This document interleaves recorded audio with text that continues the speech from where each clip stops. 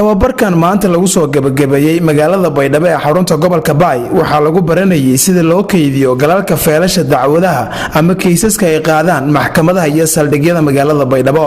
waxaana ka faa'iideystay xubno ka kala socday qeybaha kala duwan maxkamadaha booliska iyo ciidamada asluubta waxaana taabageliyay tababarka wasaaradda garsoorka iyo cadaaladda Koonfur Galbeed Soomaaliya oo gacan ka helaysa hay'adda caalamiga ee UNDP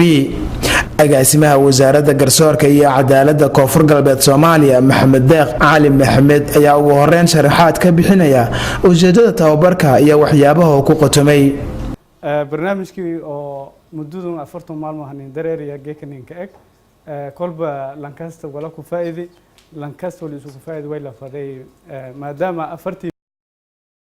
limbahanya in meel isugu kooytan la ka dhaqan galay kii isan kumid oo fursad aan weelado 40 bir intii dareerti isin ku faday intii isan soo bidaan wala sheegtan wal bartan wal faasidan isin alaf weelatan qaabkii systemkii iyo managementii maalinkaas finance systemkii walaga hadii in sheegada lamadu bir 40 bir ka dambeeyay usana baray afsalan eedan ma santiin boqol way eedan jeela intii laan ka kaynay barnaamijyo badan oo wasaaradda hawadii jiraan sidii ha ajiibteen ku sii daroona eedan jeela intii ha ajiibi doontaan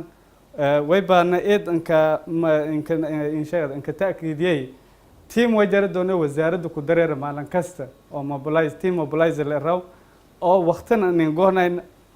xaqiijiyo doon walaaga inta la ka baraday intii xafiisyada iyo meeleenka tiragalay isticmaalahay marka laga soo tago agaasimaha wasaaradda garsoorka iyo cadaaladda Koonfur Galbeed Soomaaliya waxaa sidoo kale fursad aan siinay qaar ka mid ah qaybihii ka faa'iideystay tababarka si aan u ogaano waxyaabihii ay ka faa'iideysteen meel cilmi la kahay lankan la yaro ma ilaahay dadku la yarba atamay dadku ha ka fadhiisiyaa la arees saasoo dah lankan yar oo khibrad lahayn dadwin oo cilman meel kahay hadii ka darsama wala daway ma ilaahay andamay kasheen sidii hata lanko sagaalunka dhaladii leh oo abukaatan ah tagba maanaha isku kooban barnaamijkii maanaha maalmood ku socday iyo waqtiga maanaha lagu faa'iideeyay sidii horeeyay maanaha lagu hadalay marka maanaha tool kale aan maanaha ka sii daraw male ma sha Allah dadka hanin qaban eedan ka mahadsanyin mar kale maanaha ma ku rajeen insha Allah taala anti hanin ka dar doonaan barnaamijyo noocan oo kale maanaha ka dar doonaan insha Allah taala ki wasaaradda intaasina ma baa inii oo shal faa'iideysano inii bani aadanka ma ilaahay lan kaamil ama jar ilaah subhanahu wa ta'ala usu kaamil ah ilaahay dhameystiran marka dhammaan wada nuslay dhameystiran baahanyiin ma in baahna marka wal aan oo magan ma ilaahay walaaladii kale hayaan walaaladii kuma go ani haysada leeyo marka alxamdulillah ilaahay aan kama hadnagaana makaanka han waafaji oo shal faa'iideysan sharciga walka baradahayna walka fahmahayn safayla waana aragday kama hadnagaana agaasimayaasha wasaaradda iyo wasiirka ka sareeya hatan ila roogan oo maartay workshop kan ama arday seminar kan hanin qalqaaliyay oo maartay waana ka jamcisana wala unu ka faa'iidni walbadan ka faa'iidni dood wadaaga suubini intii shalay la akhriyay dhan hortaanon dad badan la hasiyay ununa arday shalay qaadani ogsantiin walbadan inay ka naqaashni hata mayba ogaanay weliba maaragtay nidaamka oo maaragtay xafiisyada maamulo oo arday maxkamadaha in shal duwaniin oo dawladaha qaarkood qaabka wal anqorayaan unina qaabka wal anqorana ka ogaani wasiir ku-xigeenka wasaaradda garsoorka iyo cadaaladda Koonfur Galbeed Soomaaliya Mudane Cabdulwahaab Maxamed Maxamuud ayaa isagu soo xiray tababarka maanta wuxuuna ku booriyay dhammaan xubnihii ka qayb qaatay inay ku dhaqmaan waxyaabihii la barayay ee ku saabsanaa tababarka adinka aad noo furtaan mari karna anaga kale wax moodi karna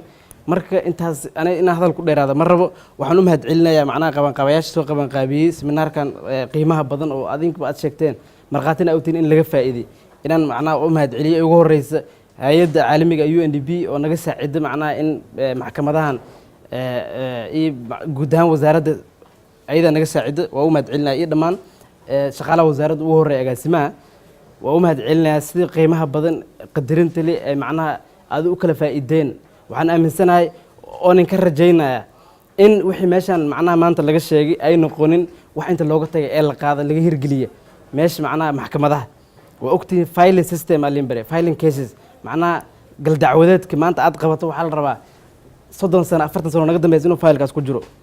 kii adiga dhashay cunugiisii dhala inuu meeshaas macnaha maalmaha ka mid ah keeska aad xaalis in meeshaas laga helaa la rabaa dowladnimadana sidaas ah haddii laakiin waxa warqad la iskaga qoro banaanka la iskaga tuuro markay keeskaas dhammaado